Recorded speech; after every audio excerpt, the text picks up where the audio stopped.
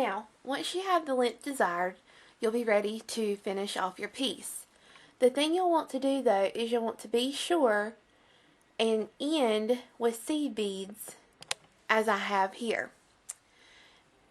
So I have seed beads covering basically my size 8s, just like the beginning of my project. So I've come out of the end of 2 delicas here on the end.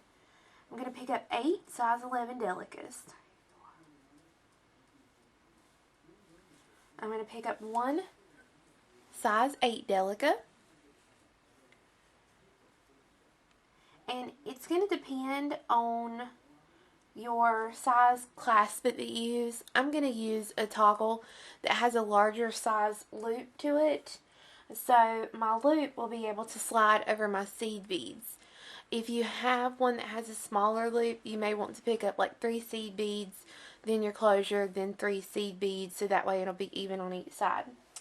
But once I thread on my closure, then I'm going to take my needle and I'm going to come back through the size 8 delica, coming back towards my project. And the tricky part is like I'm doing here, just making sure I don't get the toggle caught up in anything. And pull that nice and tight, just like that. And then I'm going to pick up 8 11s.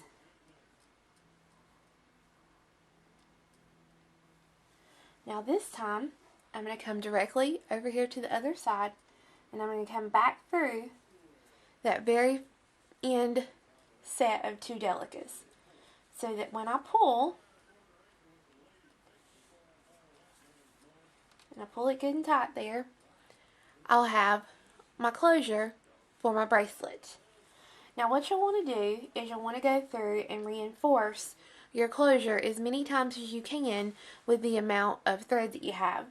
And the way that you do that is you're going to take your needle, and the first thing I'll do is I'll stitch through my size 11 delicas here on the end to get to the other side where I started. And I'm stitching through the beads as I come to them, so that way none of my thread's going to show.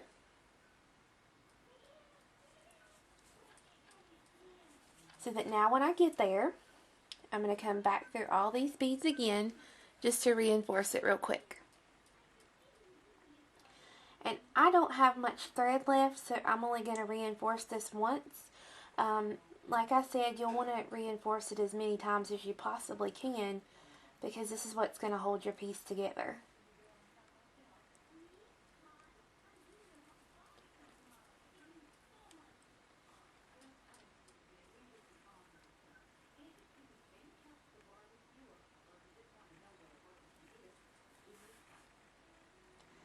You always want to be careful when you're working not to get your closure caught. Like I got my closure caught up here. You don't want to get that done. You want to make sure you catch it before you tie it off, or you won't be able to hide that thread. Now once I get back to my other side over here, I'm going to stitch all the way back, so that way I will be back to where I started again.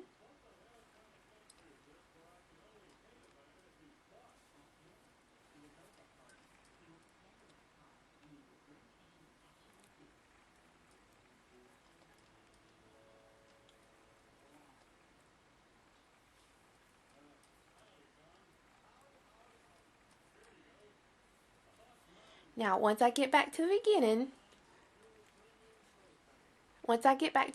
here, then I'm going to take, right here on the very end, I'm going to take my thread and I'm going to go up under in between 2 beads. I'm going to leave myself a little bit of a loop, and I'm going to take my needle and I'm going to go through the loop, so that when I pull, I'll have a knot in between those beads. And I'll stitch through a few beads, make a knot, stitch through a few beads, make a knot, until I have, I've run out of thread, and then I can trim my ends. Then you'll want to add the other end, so that you'll have your finished closure for your bracelet. So I hope that I helped you understand 2-drop peyote stitch. We picked up an even amount of beads, and it's the same thing basically as the regular peyote stitch. You're just picking up 2 beads instead of 1. You can find materials at our store, which is located at 120 West Trade Street in Forest City, North Carolina. Or you can stop by our website, offthebeadedpath beadstore.com. Hope you and your family have a wonderful day.